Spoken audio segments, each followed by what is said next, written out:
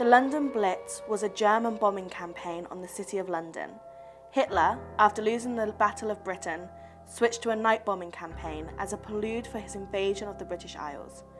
The Blitz was a 57-day and night reign of terror in which tens of thousands of people died and thousands more were injured and displaced. Through this hardship, the City of London rallied, unbowed by the tremendous violence and tragedy that had drastically altered their way of life. Through resilience, sacrifice and duty, London survived.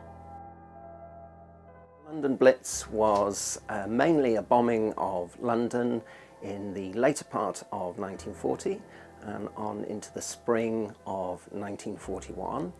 And it really began to peter out when Hitler began to turn his attention to the invasion of Russia.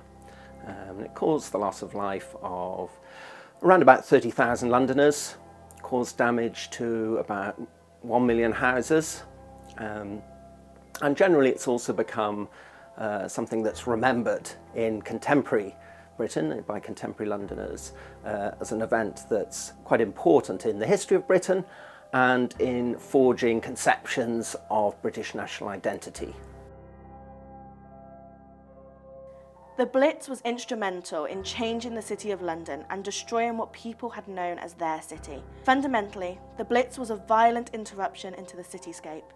The bombs themselves devastated the built environment, reshaping London forever. The fundamental way in which the Blitz changed London was to destroy so much of the old city in the very centre of London, so that the East End was very badly hit by bombing in 1940 to 41.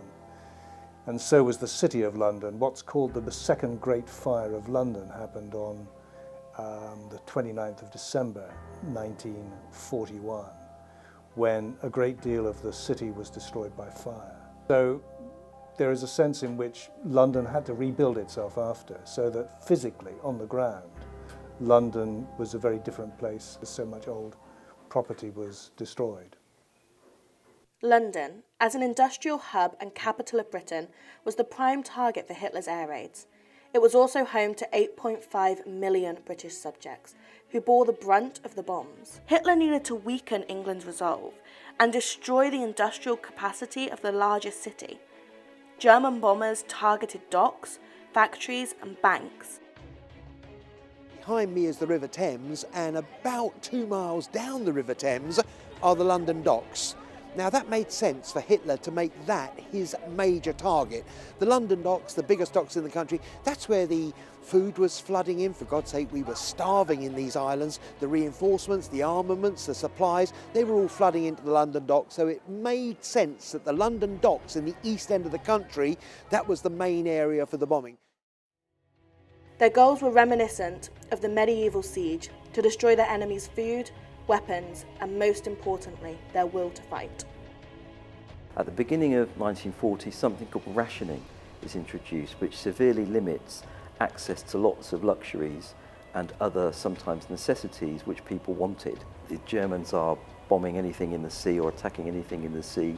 There are severe problems with imports, so we have to have a big push to grow our own food, and this means you have to limit resources and make sure that households get a kind of basic minimum every week. So rationing meant that there was a lot less choice around. The destruction of the Blitz caused a tremendous change in the way of life for Londoners. With bombs constantly falling, they had to find a way to survive while also maintaining a sense of normalcy during this time of crisis. The people's immediate reactions to the Blitz, I would imagine, was absolute panic, absolute fear and absolute terror, because for a long time we'd been promised this bombing, and what was the phony war was taking place. In other words, the Germans had not made a move, and it was only about 6 months, 7 months later that they started their bombing raids, and when they started it, I would imagine the people would have been very, very frightened. That was the immediate reaction. People's fearful reactions caused chaos in the city, such as civil disobedience, theft and looting during the bombings. The government had decided before the war that it wouldn't allow tube stations to be used as shelters.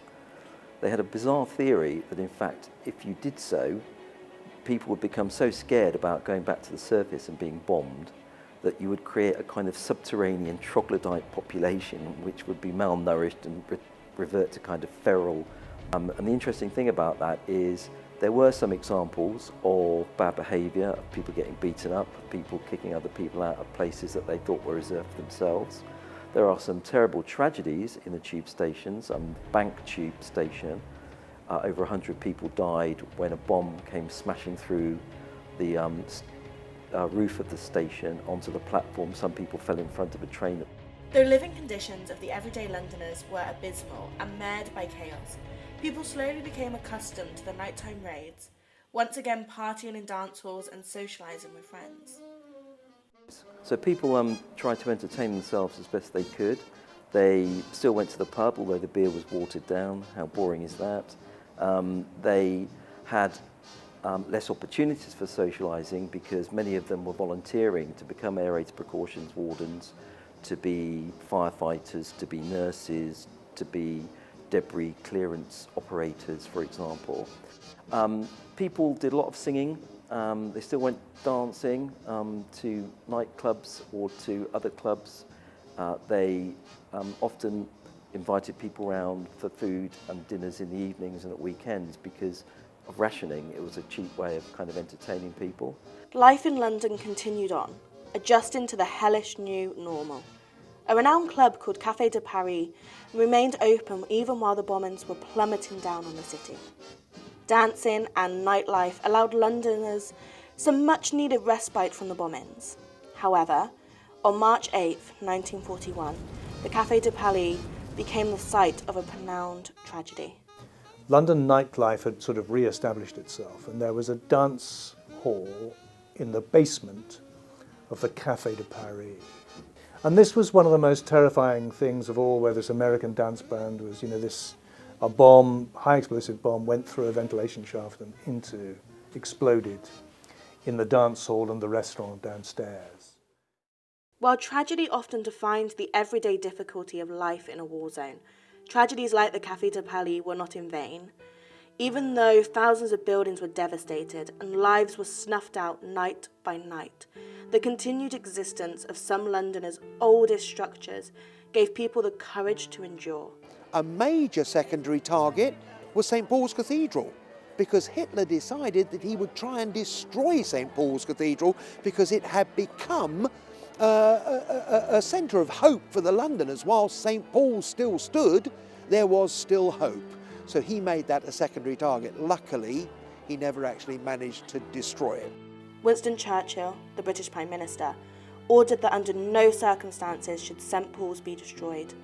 In order to combat the threat of firebombs, a group of volunteers formed, bent on protecting the cathedral at all costs. They risked life and limb, exposing themselves to bombs on the roof of St. Paul's. These men were immortalised as the St. Paul's Watch.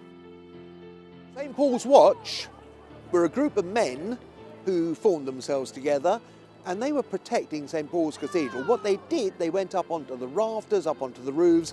They were looking for the fire bombs, the incendiary bombs. If a high explosive bomb fell, nothing you could do about that. 2 500-pound bombs actually hit the cathedral and exploded, but the fire bombs were raining down in their thousands, and if fire took a hold, you'd lost the building.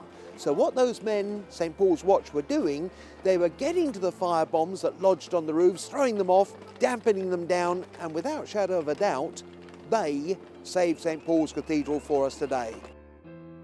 Through the chaos of living in the tubes, rationing, constant bombing, and the defence of St. Paul's, a phenomenon known as the Blitz spirit took hold.